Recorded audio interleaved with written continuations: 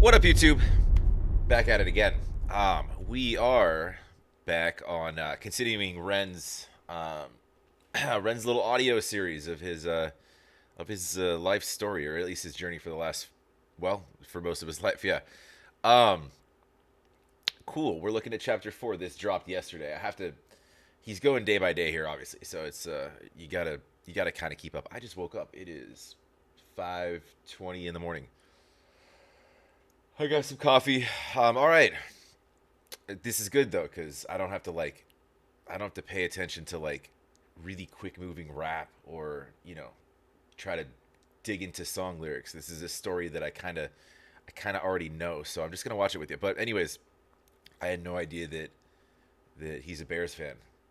I didn't even know he liked American football. And if he did, why'd he choose the Bears? I mean, they got a bright future. Um, we'll see. We'll see how their rookie quarterback does. They got some decent weapons coming in, but it's the Bears. They kind of find a way to not really interesting. Coolidge Bears. Oh, I wasn't even paying attention. Anyways, all right, that looks like a high school that stole an NFL logo and the Chicago C. That's very interesting. I'm wasting time. Do me a favor, go support Ren. Go like and subscribe if you like what I do. Please like, comment, subscribe. I appreciate it very much. Let's go. Cool.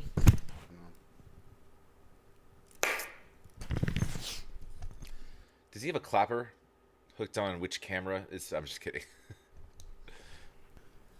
During the year I spent living back with my mum, I was leaning even more heavily into scouring the internet for answers. It became like an obsession. Most people my age were watching porn. I was on PubMed learning about mitochondria. I educated myself in things like methylation, the building blocks of mitochondria, various immune cells and their functionality, and which supplements could help theoretically bring about homeostasis in my body. I taught myself a You know what's crazy? I was just thinking, um, for somebody that like has been in a spot so many times where like he honestly probably didn't care if he died. Um, he spent a lot of time and a lot of research hours on digging into to treatments and literally digging into illnesses and basically trying to figure out every which way he could to keep himself alive. But and he's talked about it. There were points in his life he just didn't give a fuck.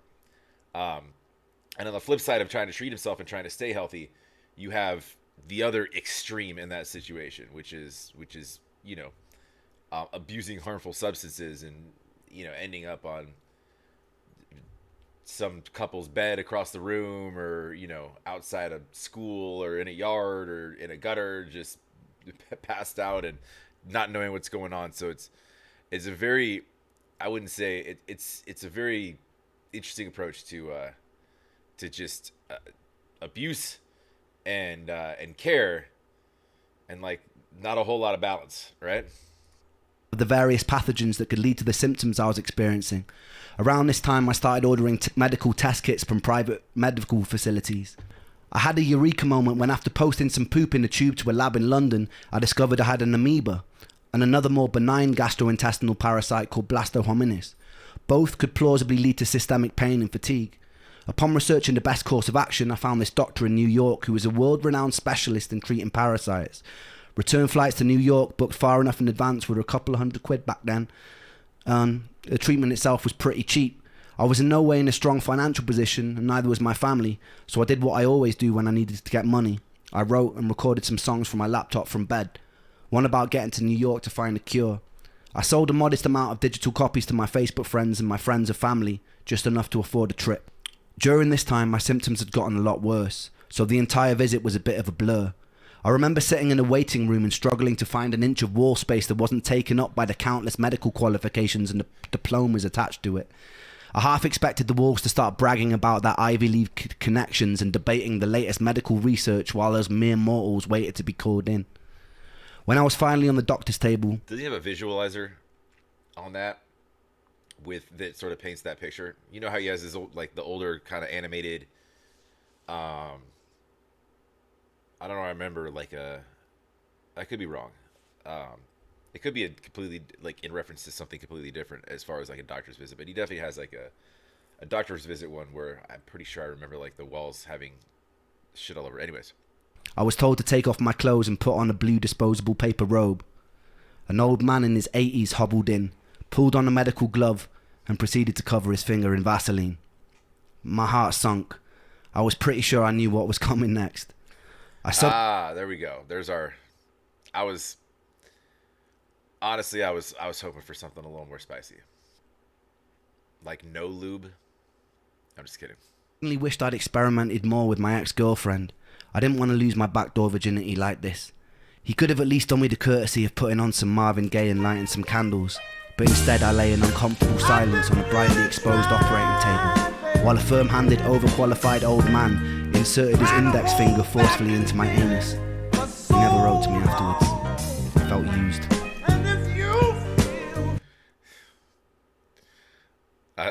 I like his humor, just stone faced, just delivery of just being poked in the butt. I feel used too. Like, I don't know. I'd expect breakfast the next morning. Hopefully something greasy. You know, something that was accompanied with sausage links. You know what I mean? Nonetheless, I was officially diagnosed with the parasitic amoeba and given a course of heavy-duty antibiotics to take. I believe it was paramomycin and secnidazole. After the course was finished, I pooped into a tube again, and they confirmed I got rid of the parasites. The constant internal techno raves and gurgling which usually plagued my stomach ceased, but I felt just as crap. And on top of all of that, I started becoming allergic to everything. And I mean fucking everything. The antibiotics had triggered some sort of massive food intolerance reaction. Whenever I'd eat certain foods, I'd get hit with a sudden hangover-like feeling, and my face would swell up. I'd later learned this was something called MCAS, and it was triggered by the antibiotics.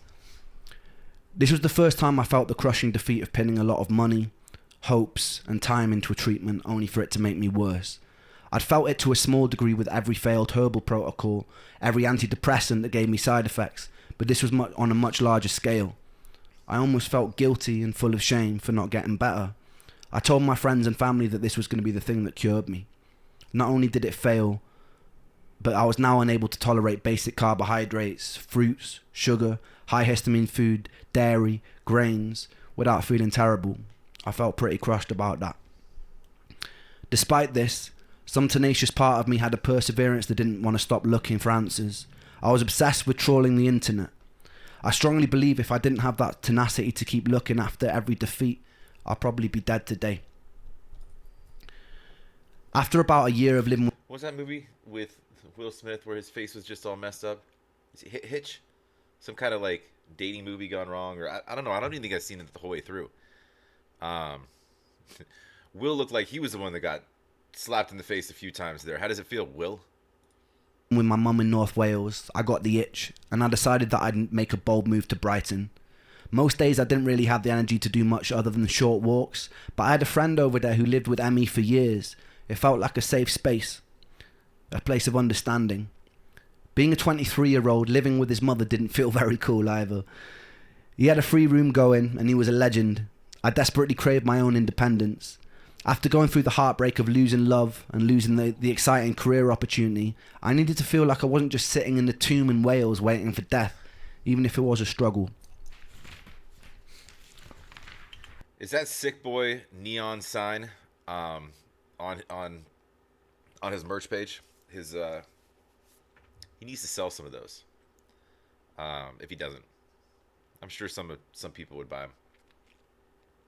You know, you could buy those things like custom made to look like to do anything. I might put something like, I might be considering a move soon. I might put something like really strange and egregious behind me and see if you guys even notice. Maybe like a portrait of that 85-year-old we were just talking about. If it's good, you know, if he has a strong jawline. I made the move. It was a really nurturing space, and it was full of the lunatics of Brighton who would come and go. I was still living in a thick haze, but I was meeting people who weren't judging me for it. With this safety, I was slowly finding my personality again. Despite the comfortable environment, it seemed my symptoms were only getting worse. I started having pretty constant panic attacks. The first one felt like a heart attack. I'd never experienced a panic attack before, so I wasn't familiar with the symptoms. My whole face went numb, and my heart felt like it was about to beat out of my ribcage. I panicked and I phoned an ambulance. They put me in the back, they took all my vitals, and they told me I wasn't dying. I felt disappointed. These attacks would happen pretty... That's exactly what I'm talking about. He just said, they told me I wasn't dying. I felt disappointed. And this goes back to the identity thing we were talking about in the last one, right? Where he gets disappointed when like he doesn't have something wrong with him, right?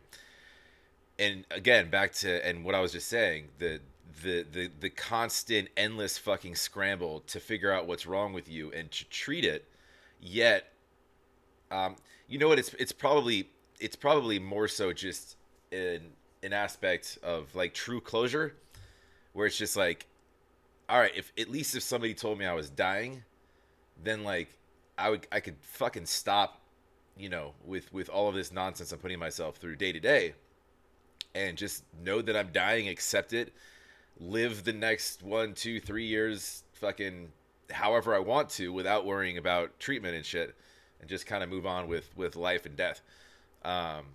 Whereas it's in you know, it's in the interim, it's this crazy maze that he can't find his way out of because he doesn't know what's going on. So it's just like, yeah, just running in circles, really.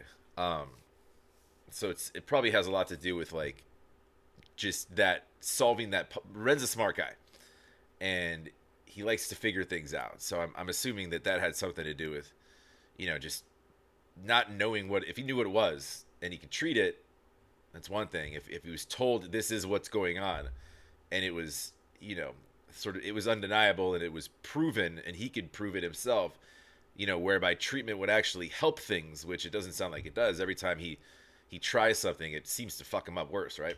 Habitually every week or so. My symptoms of derealization seemed ever increasing. Derealization is hard to describe to someone who's never experienced it.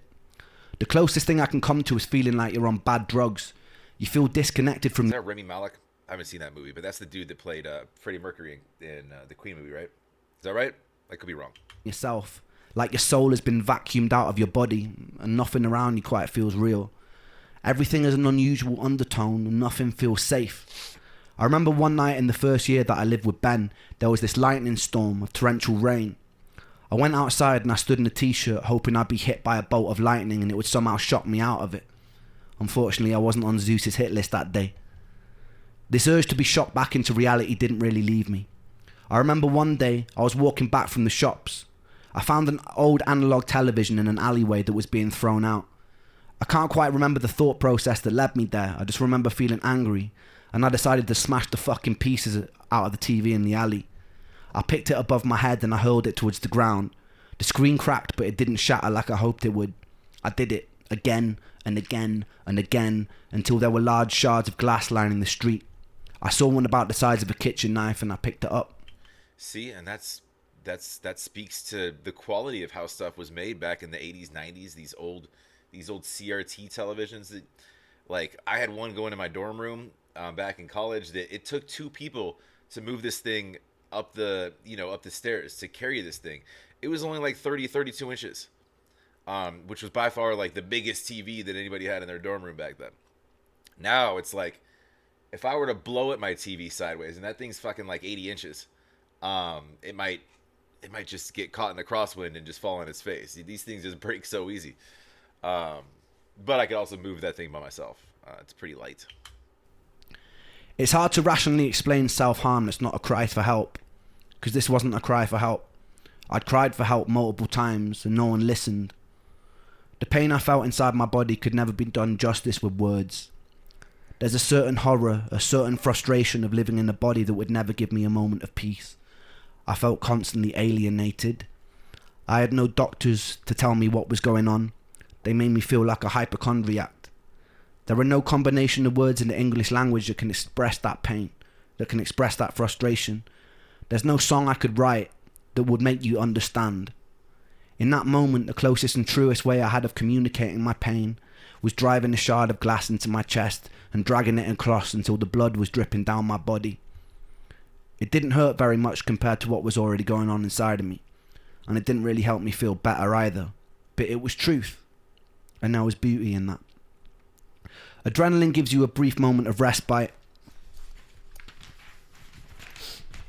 but it wasn't long until I was exactly where I started, just decorated in a little bit more blood than usual. I made sure nobody saw. I didn't want to cause any alarm. I didn't want anyone to be worried. It's kind of alarming though. But yeah, most people self-harm shit. Again, back to the extremes of self-care and seeking treatment and then self-harm. Just crazy extremes. You wonder if that song Uninvited was about that 85-year-old man. He came in uninvited. If we're talking about our anal virginity, right? Think about those lyrics again and then apply it to that. It might not be about a girl at all. I'm just kidding. I'm actually thinking about the lyrics right now. You could find... Never mind. So I cleaned it up when I got home, and then I resumed the life of the undead. In the next episode, I'll tell you the story of when I was stabbed by an ancient sword and when I met one of the most talented people that I know.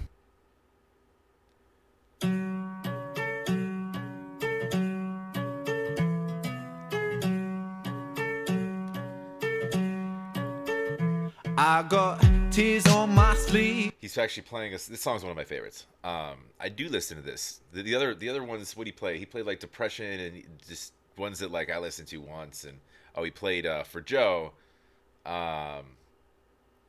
Songs that I don't play. This is I like this song a lot.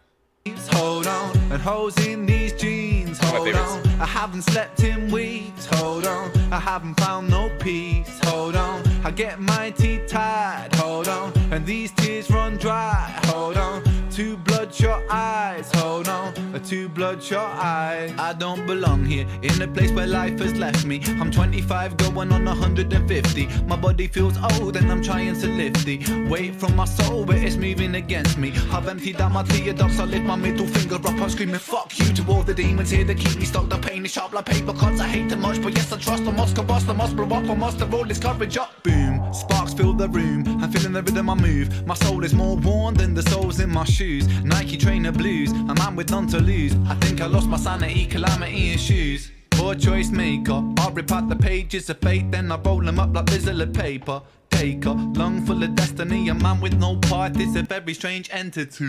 Tears on my sleeves, hold on, and holes in these jeans, hold on. I haven't slept in weeks, hold on. I haven't found no peace, hold on. I get my teeth tied, hold on, and these tears run dry, hold on. Two bloodshot eyes, hold on, two bloodshot eyes. Do you ever question your fate? The questions I make, is this all predetermined, the script or a play? Am I the protagonist in this tragedy, or will I be the author of stories unmade? If so, I'll dip in my quill to my ink pot, keep on writing, never stop until my beating heart it flops. I'll write a whole different story. Scene one, a boy full of hope, a boy full of glory. Who stutters, I'm under the top. Would rather be tougher and live it smoothly like butter, but not so bitter and cut up. And so I sit up and shut up. It's like a lid up and struck up the courage never to fuck up. And now I'm feeling the ruckus, feeling the static, and now I'm feeling the flames, and now I'm feeling the strength inside the ring with my pain. My boxing gloves and my hope that I trust to bust an uppercut, cut my demons up. Whoa. Boom like a tsunami, smooth like a punani, bend the birds like origami. Salvador, I be the Dali, only love like Bob Marley. Golden ticket, call me Charlie, riding Harley's Bengali. Tiger Star, call me Arnie. I'll be back. Now cut the slack, track your facts, relax, you're in the beast, and then seek your inner peace. And I'll reach the canopies, and yes we climbing, building a brave new world inside a whole new designing. With all this fire we burn like the sun, a new dawn is rising, a new dawn it comes. Yeah, diggity diggity down with all this corporation. They burn up the land for the greed that they run. Run deep with their roots, but their roots can be lifted. I'll be a renegade, yes I make a fist kid. Try to seek truth in the kingdom of lies. A boy so lost with two bloodshot eyes. Tears on my sleeves, hold on, and holes in these jeans, hold on. I haven't slept in weeks, hold on. I haven't found no peace, hold on. I get my teeth tied, hold on, and these tears run dry, hold on. Two bloodshot eyes, hold on, two bloodshot eyes. Ha, ha, ha. Hold on. Hold on. Ha, ha, ha. Hold on. Hold on. Two too bloodshot.